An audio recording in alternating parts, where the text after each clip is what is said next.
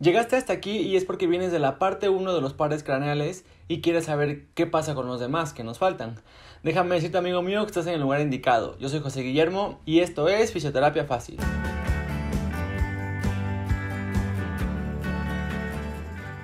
Vamos a continuar con este tema, no sin antes recordarte que me puedes seguir en mis redes sociales, ya sabes, en Facebook, en Instagram y en Twitter. Ahí les comparto información constantemente acerca de la fisioterapia, algunos artículos, noticias y unos memes. Ya hemos visto de forma muy general los primeros 6 pares craneales. Aquí está la tarjeta para que vayas a verlos. Y en este video vamos a ver los siguientes 3. El séptimo par craneal es el facial. Este es mixto y tiene su origen real dentro del puente. Este par surge de 3 orígenes distintos. 2 son motores y 1 es sensitivo. Uno de los motores se origina en el núcleo salival superior, y este nervio es conocido como nervio intermediario de Brisberg. Este acompaña al facial y se encuentra en medio del nervio facial y del vestíbulo coclear. Desde ahí salen las fibras motoras que llevan información hacia las glándulas lagrimales, sublinguales, mandibulares y salivales. El segundo origen sale desde el núcleo motor principal. De ahí surgen las fibras que llevan información hacia los músculos de la expresión facial, también a los músculos del estribo, en el oído, al vientre posterior del digástrico y a los estiloioideos. Por otro lado, la rama sensitiva inerva a los 2/3 anteriores de nuestra lengua. Recuerden, 2/3 anteriores de la lengua, además del suelo de la boca y el paladar. Una vez que nos llega un sabor a nuestra cavidad oral, la rama sensitiva viaja hasta llegar al ganglio geniculado y después sigue al puente, donde tiene su origen real. Ya dentro del puente existe una estructura llamada núcleo del tracto solitario. Grábense bien este nombre porque este núcleo se comparte con otros pares craneales. Vamos a ver el recorrido de este importantísimo nervio facial. Una vez fuera del puente, la rama motora viaja junto con el nervio intermediario de Brisberg y pasa por el conducto auditivo interno. Una vez que estos dos nervios llegan a la altura del oído medio, se unen y forman el ganglio geniculado. A partir de ahí se distribuye hacia las glándulas y los músculos del oído. Aquí el nervio va dejando ramas y entra por una cavidad muy delgada llamada conducto facial. Al final de este conducto facial sale del cráneo a través del agujero estilomastoideo y al salir se ramifica para inervar los músculos de la expresión facial. Salen las ramas temporal, cigomática, bucal, marginal de la mandíbula y cervical. Algunas bibliografías cambian estos nombres, pero bueno, en sí estos 5 son los más conocidos. Estas ramas terminales son las que pierden conexión cuando sucede una parálisis facial. Si quieren que hable más de este tema, por favor coméntame en la parte de abajo. Ahora vamos con el nervio vestíbulo coclear, que es el octavo. Este es únicamente sensitivo y está formado por 2 ramos. El ramo vestibular, que conduce impulsos del equilibrio, y la rama coclear, que conduce impulsos de la audición. Para entender mejor este nervio, necesitamos conocer el aparato vestibular y el coclear, obviamente. De cada uno de estos aparatos sale su propio nervio y se unen para formar el nervio vestíbulo coclear. O sea que cada aparato tiene su nervio independiente. Antes de que se unan en un solo nervio, salen del oído interno a través del conducto auditivo interno. Sí, por este auditivo interno también pasa el nervio facial. De los conductos semicirculares, el sáculo y el utrículo del oído interno, surgen los axones sensitivos de la rama vestibular hasta el ganglio vestibular, o también conocido como ganglio de Scarpa. Los conductos nos ayudan con el equilibrio dinámico y el sáculo y el utrículo nos ayudan con el equilibrio estático. Del lado de la cóclea nace el nervio coclear, bueno, eso es obvio, gracias al órgano espiral, o también conocido como órgano de Corti. Internamente este órgano contiene varios ganglios que terminan formando el nervio coclear.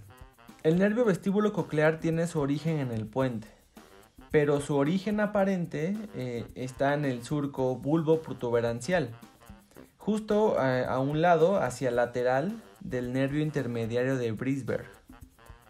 Cuando decimos origen aparente es porque en las imágenes anatómicas o en los estudios se ve un origen de donde salen los nervios, los pares craneales. Esto es su origen aparente porque en sí el origen real está por dentro, ya sea del puente, de la protuberancia, o por dentro del bulbo raquídeo o de cualquiera de donde esté. Ese es su origen real, el núcleo verdadero. Y el aparente es el que pues nos muestran las imágenes. Les digo para que no se pierdan y pues empiecen con problemas de origen aparente y real, pero bueno, así es como se estudia y es una buena forma para aprenderlos. Una vez que el nervio vestíbulo coclear entra al puente, se pone un poquito compleja la situación porque aparecen otros núcleos y te puedes enredar, pero tranquilo, aquí lo solucionamos. La vía vestibuloespinal llega hasta el complejo nuclear vestibular. Este grupo de núcleos tiene diferentes funciones, como controlar el tono muscular, la coordinación de los movimientos de la cabeza en relación con el movimiento de los ojos, también en el equilibrio y en las posiciones que estamos adoptando al caminar, al sentarnos, al acostarnos, etc. Y ahora la vía coclear entra al puente hacia los núcleos coclear anterior y posterior. Después se van hacia el complejo nuclear olivar superior y al trapezoide posterior. Ambos complejos forman el lemisco lateral que llega al mesencéfalo, específicamente al colículo inferior del mesencéfalo. De ahí continúa hacia los cuerpos geniculados mediales del tálamo y de ahí termina hacia la corteza, hacia el lóbulo temporal, donde está el área 21 y 22 de Brodmann. Y por último, el par craneal número 9 es el glosofaríngeo. Este es un nervio mixto y el nombre pues ya nos está dando pistas sobre en dónde va a intervenir o cuál va a ser su función. Su origen aparente está en el bulbo y exactamente está en el surco posterior a la oliva y es superior al nervio vago. Y de estos tres que salen aquí, los nervios, el más arriba, el más alto, sería el glosofaríngeo y el de abajo sería el nervio vago. Bueno, más adelante vemos esa parte. Aunque este nervio es mixto, solo se tiene una fibra. Proviene de varias fibras, pero el nervio como tal es una sola fibra, no como en los anteriores que se puede ramificar antes de unirse. Este proviene de diferentes núcleos según su función. Las fibras sensitivas se originan en el núcleo del tracto solitario, como en el caso del nervio facial, y del núcleo espinal del trigémino. Y por el lado motor tenemos que del núcleo motor principal sale una rama que se une a los demás axones e inervará el músculo estilofaríngeo. El núcleo salival inferior llevará información aferente y eferente de la glándula parótida. Este núcleo la inervará a la glándula, pero antes de eso se establecerá una serie de conexiones extras con el nervio timpánico, con nervios petrosos y el ganglio óptico. Me las brinqué porque bueno, sé que son importantes, pero para llegar a un fin, a una función específica, el núcleo salival inferior terminará inervando a la glándula parótida. Este nervio glosofaríngeo tiene un ganglio antes de salir de la cavidad craneana a través del conducto yugular, pero suele pasar en ocasiones que no solamente tenga un ganglio antes de salir, sino que tenga dos.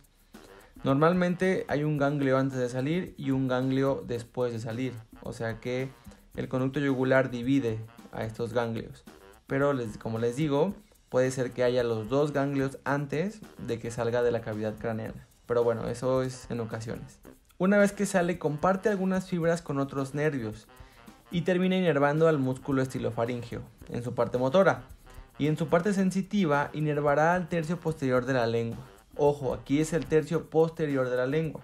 Y hay una última rama que baja de este glosofaríngeo y llega hasta la división de la arteria carotídea, donde se encuentra el seno carotídeo.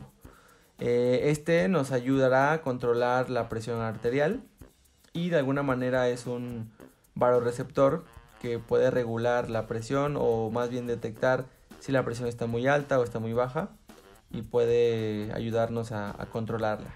Si han oído hablar del masaje en la carotídea, bueno, pues es justo en este sitio donde se estimula para poder disminuir la presión. Y es así, amigos, como llegamos al final de esta parte 2 de 3 de este tema tan complejo de los pares craneales. En el siguiente video veremos los últimos 3 pares craneales ya para cerrar por completo este tema. Recuerden hacerme comentarios en la parte de abajo respecto a toda la información que yo les di. Alguna observación, también puede ser algún error por ahí que vean, alguna confusión, para que podamos abrir un debate y ahí poder resolver dudas, preguntas y comentarios. Ya sabes que en la parte de abajo te dejaré las bibliografías que consulté, los artículos, algunas páginas web, algunos videos que me sirvieron de mucho para poderles dar toda esta información. No olvides darle like a este video, también compartirlo con tus amigos, con tus colegas, tus compañeros de clase y también suscribirte al canal para que sigamos creciendo. Y amigos, les mando un gran abrazo y les recuerdo que existen 1000 formas de aprender, así que encuentra la tuya.